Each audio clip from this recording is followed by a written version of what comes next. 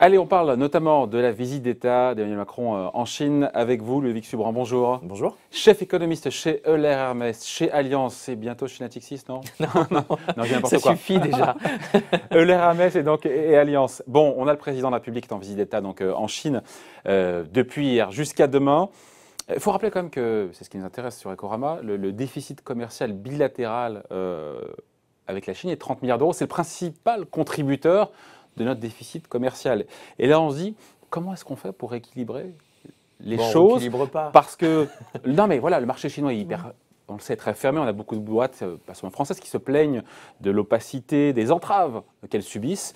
Et on se dit que c'est perdu d'avance, qu'il faut vivre avec ce déficit commercial avec la Chine et qu'à part les Airbus, j'exagère, et un peu de luxe, je sais pas, il y a cette espèce de fantasme collectif qu'on doit être en excédent commercial avec l'ensemble du monde. Ça marche pas comme ça en fait, la politique commerciale. Surtout que on peut très bien personne ne peut être en excédent avec tout le monde parce que non, c'est difficile. C'est un principe de base. Il y a des gens qui soient créditeurs et des gens qui soient emprunteurs. Non, je pense que le vrai sujet, c'est surtout comment aujourd'hui on exporte plus en Chine parce que c'est un marché qui croît à 6% l'année.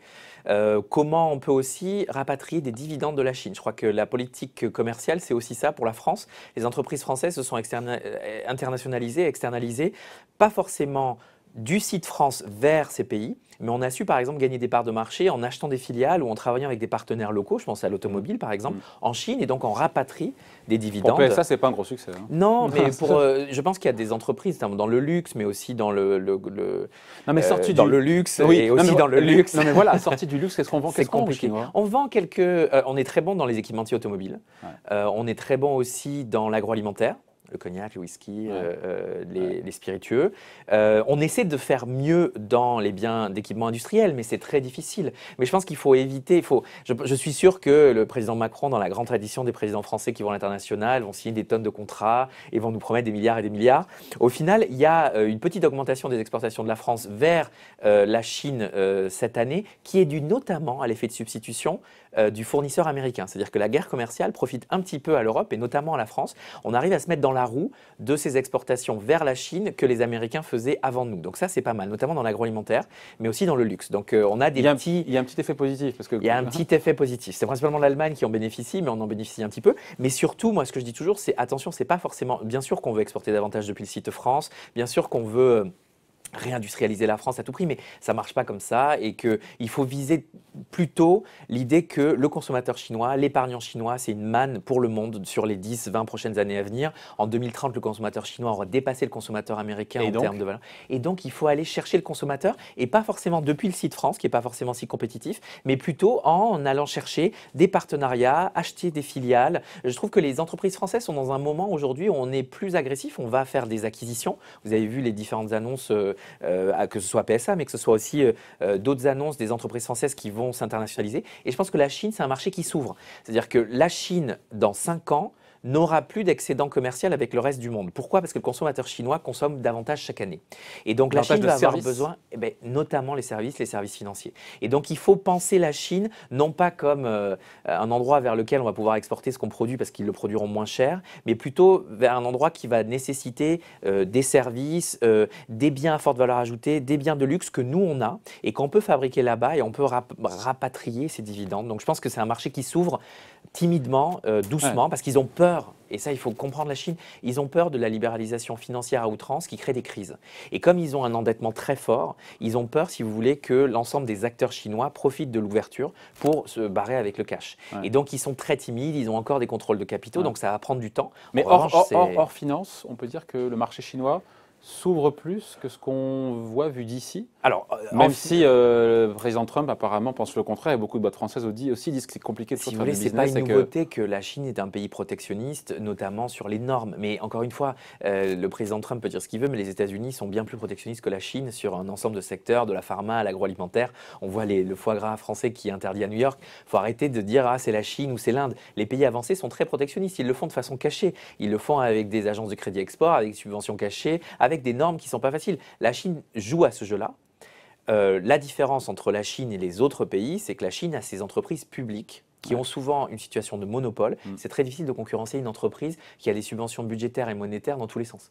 Donc ça, c'est la vraie difficulté. Et ces permis de faire émerger des géants, tous les géants chinois. Bien sûr. Et c'est un peu les difficultés du modèle. C'est-à-dire que quand vous entendez aujourd'hui la ministre Pannier-Runacher, elle nous parle aussi de champion européen. Donc tout le monde envie un petit peu ce capitalisme d'État à la chinoise. Alors bien sûr, on ne va pas aller jusque-là, mais dans ce cas, il faut que la Commission européenne, dans ce cas-là, permette la création de champions chinois, de champions européens. Bien sûr. Et sur la batterie, il y a une volonté de regagner une politique industrielle en Europe. Donc moi, je pense que la Chine, bien sûr, est protectionniste, mais ce n'est pas nouveau. En revanche, je trouve qu'il y a des vrais efforts d'ouverture et qu'elle va être obligée de s'ouvrir davantage parce qu'elle va passer en déficit courant, parce que le consommateur chinois va continuer de consommer et vouloir consommer des choses qui existent dans le reste du monde et que la Chine ne pourra pas faire face toute seule à ses besoins.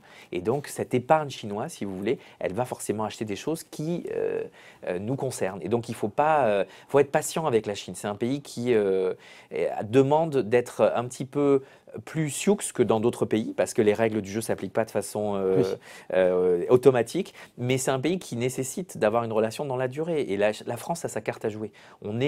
C'est l'anniversaire de la Révolution chinoise, etc. La France a toujours été un partenaire de la Chine. Et, sous les années Mitterrand est vue comme un nain. Je pense que l'Allemagne ou le Royaume-Uni est quand même vu comme étant des puissances bien plus importantes que la France. C'est d'ailleurs une des questions sur la visite du président Macron. Est-ce qu'il s'exprime pour la France ou pour l'Europe ? Parce que dans la rivalité sino-américaine, est-ce qu'il faut qu'on fasse front en Europe ou est-ce que chaque pays fait son mercantilisme ? L'Allemagne a choisi. L'Allemagne va faire son shopping toute seule en Chine. Est-ce que là, le président va essayer de jouer l'effet de taille et montrer à la Chine qu'il y a une autre façon de faire du capitalisme et de faire de l'économie ? C'est une vraie question. Comme il est sur le terrain des idées et qu'il est sur le terrain des concepts, je pense qu'il y a quelque chose à défendre là et que les Chinois sont très sensibles à ça. Comme une alternative aux États-Unis. Exactement. Et je pense que, moi personnellement, je pense que la France n'est pas considérée comme un nain par la Chine. C'est pas parce qu'on est économiquement peut-être plus petit en tant que fournisseur de la Chine que la Chine regarde par exemple comment on a transformé notre modèle de protection sociale. Elle est gourmande de notre expertise dans plein de sujets, notamment dans les secteurs financiers. Elle demande comment on a fait dans le secteur de l'assurance pour gérer les risques. Parce que l'ouverture du secteur financier en Chine, ça veut dire aussi gérer les risques liés à la gestion actif-passif. Et donc je sais que la Chine cherche cette expertise-là aussi en France. Donc il ne faut pas non plus...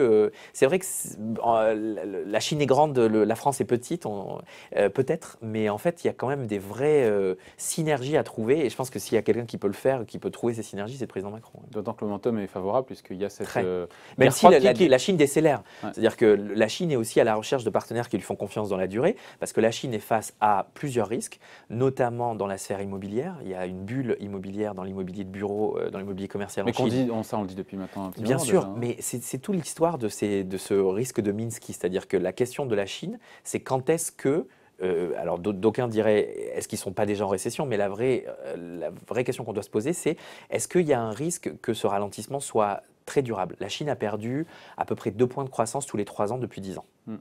Donc elle est à 6%, elle va certainement aller à 4, à 3, à 2. Quand vous êtes un pays de 1,6 milliard de personnes, le risque social, le risque de panique sur les intermédiaires financiers est réel.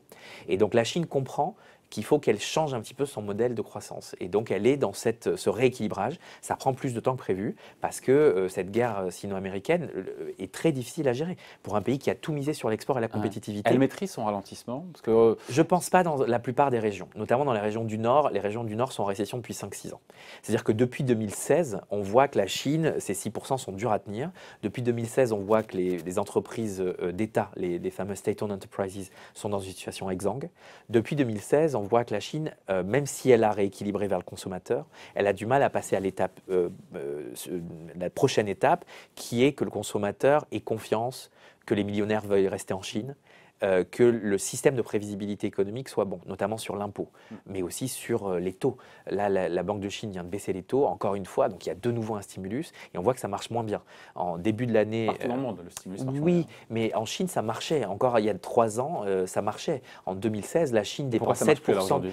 Parce que, justement, le problème, c'est que la première fois, la Chine fait toujours du stimulus, mais en 2016, elle fait une grosse relance, parce que la Chine est proche de la récession, 7 points de PIB, mais elle le fait via le consommateur, notamment les véhicules électriques, la TVA. Cette fois-ci, elle ne veut pas faire ça. Elle veut le faire via les PME, parce qu'elle dit que c'est les PME qui sont pourvoyeuses d'emplois, etc. Ça marche moins bien. parce qu'en fait, le consommateur n'y croit plus, donc il ne veut plus acheter de la voiture électrique si elle n'est pas subventionnée. Et l'entreprise, elle utilise ce cash pour faire ses Mais le réserves. gouvernement a les moyens, quand il verra que ça ne marche pas, de remettre de l'argent pour le consommateur?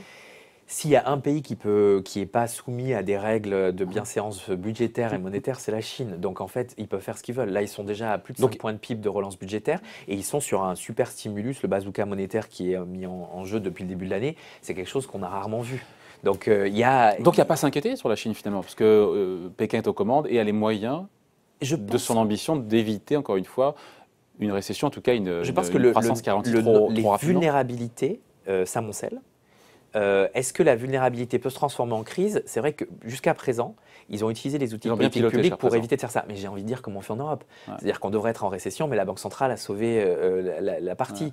Comme aux États-Unis. Les États-Unis devraient être dans un ralentissement plus fort, mais la Fed rebaisse les taux. Donc si vous voulez, à peu près partout, il y a ce jeu de la Banque centrale qui fait le rôle de la politique monétaire, de la politique budgétaire et de la politique commerciale. En Chine, c'est vrai que comme en plus, ils ont une histoire d'interventionnisme et d'illibéralisme, bah forcément, ils vont en faire davantage. Après, moi, je trouve qu'il y a des secteurs dans lesquels il y a déjà une récession en Chine. L'auto, par exemple, est en décroissance depuis maintenant un an. Ouais. Le secteur financier est dans une situation de prise de risque qui est beaucoup plus importante que prévu. Le secteur immobilier, pareil. Donc, même si le PIB est à 6%, il y a quand même des poches de récession qui sont non négligeables. Donc, pas d'inquiétude spécifique, malgré tout. Des poches, encore une fois, des poches… Ça dépend. Est-ce que la Chine peut créer une récession mondiale? La réponse aujourd'hui est non. À moins que, et c'est la seule, qu'il y ait une crise comme 2008-2009 et où la Chine soit bloquée des marchés internationaux. Donc si à un moment donné, il y a une inquiétude sur la monnaie, une inquiétude sur la capacité de paiement de la Chine, etc., là, il pourrait y avoir une crise. Mais la Chine est en autarcie sur ces questions-là?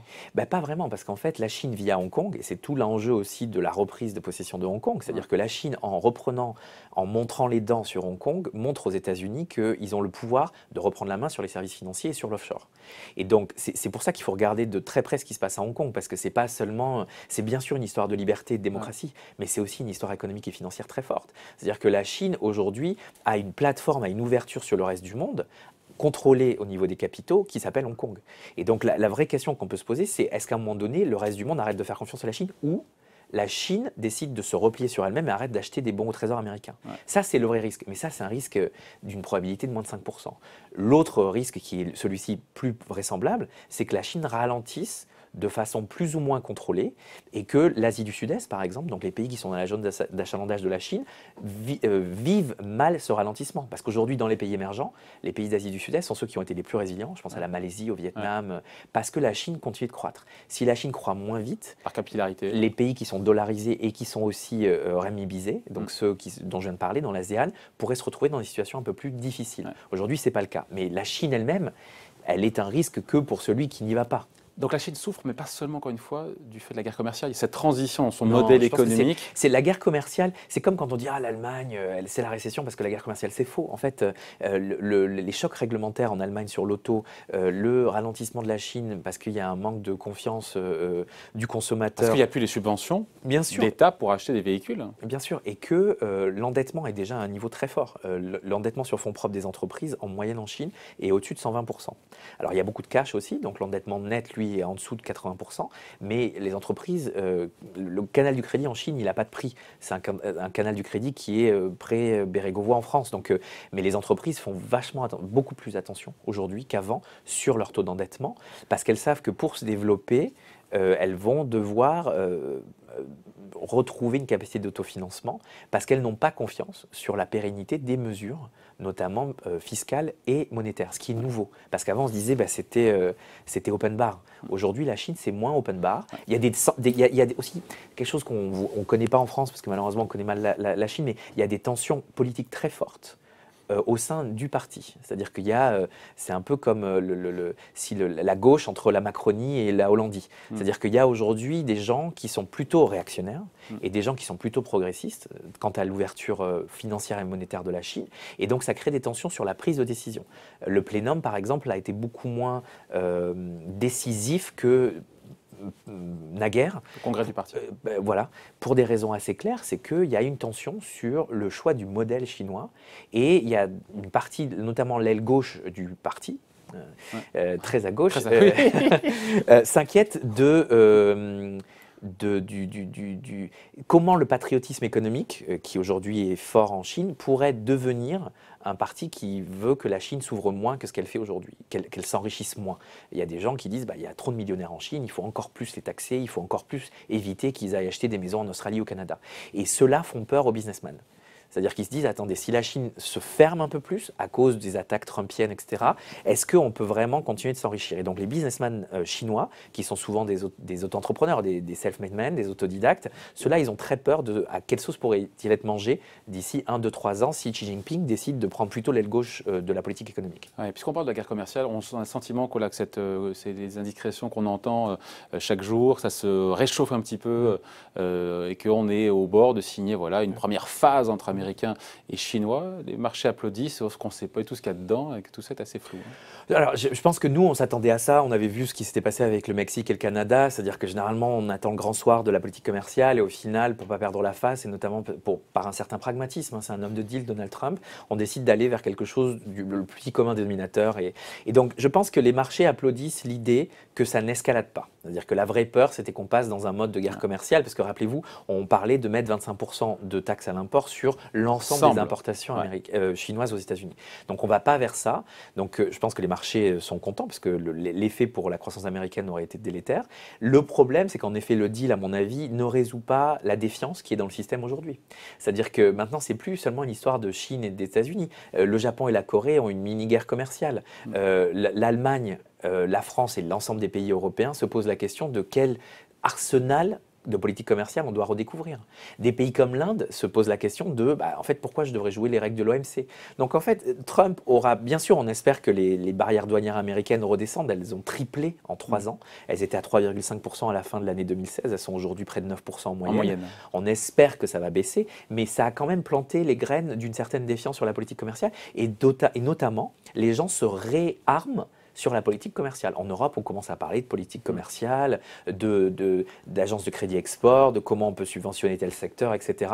Donc je pense qu'on ne va pas revenir à la normale tout de suite. Et tout ça, c'est pas très bon évidemment pour le commerce mondial, non, pour la croissance mondiale. Le commerce mondial, il est rentré en récession à la première partie de l'année 2019. Le commerce mondial, qui est une part effectivement de la croissance mondiale. Mais quand on voit que tout ça ralentit, les profits des entreprises américaines qui sont publiés, qui sont un peu meilleurs que prévu, mais qui ralentissent aussi, et on voit que Wall Street est au plus haut ever et que le CAC 40 est au plus haut depuis 12 ans.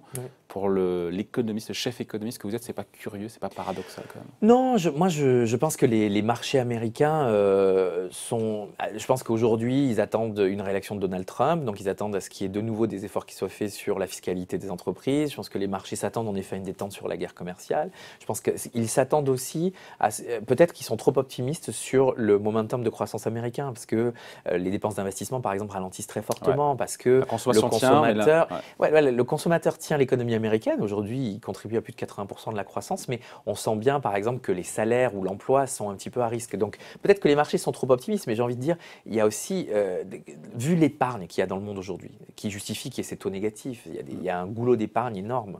Enfin, un excédent d'épargne, donc un goulot d'étranglement de l'épargne versus l'investissement énorme. Où vous allez vers les marchés actions, parce que les obligations ne rapportent pas grand-chose. Donc il y a aussi quelque chose de très technique qui fait qu'il y ait un engouement peut-être démesuré pour les marchés actions. Nous, on s'attend à ce que les marchés américains ils ne sont pas déconnectés. Non, ils vont corriger. On a déjà vu, ils ont corrigé déjà 2 fois sur les 12 derniers mois de façon assez violente, donc il y a de la volatilité. Donc moi, je ne serais pas surpris que ça recorrige à la fin de l'année. Ça, c'est sûr, parce que c'est déconnecté du momentum de croissance américain. Ah, d'accord. Non, bien sûr, mais faut pas plein de gens disent le niveau de valeur est un niveau plus haut depuis la crise, ça va péter. Non, ça va certainement corriger, parce qu'aujourd'hui ils sont trop optimistes et donc ils price, comme on dit, quelque chose qui est peut-être en termes de risque politique trop complaisant. En revanche, ça sera peut-être 20% de pertes. Bon, c'est beaucoup, mais encore une fois, sur l'année, je pense que les marchés actions auront fait plus 5, plus 6%, ce qui est plus naturel que ce qu'on a vu qui était complètement non lié aux fondamentaux. Mais je crois qu'on ne peut pas vraiment dire ça va complètement décroché. Je pense que moi, le vrai risque aux États-Unis, il est plutôt sur la dette entreprise. Je pense qu'un événement de crédit sur les grosses entreprises endettées, ça m'inquiète plus.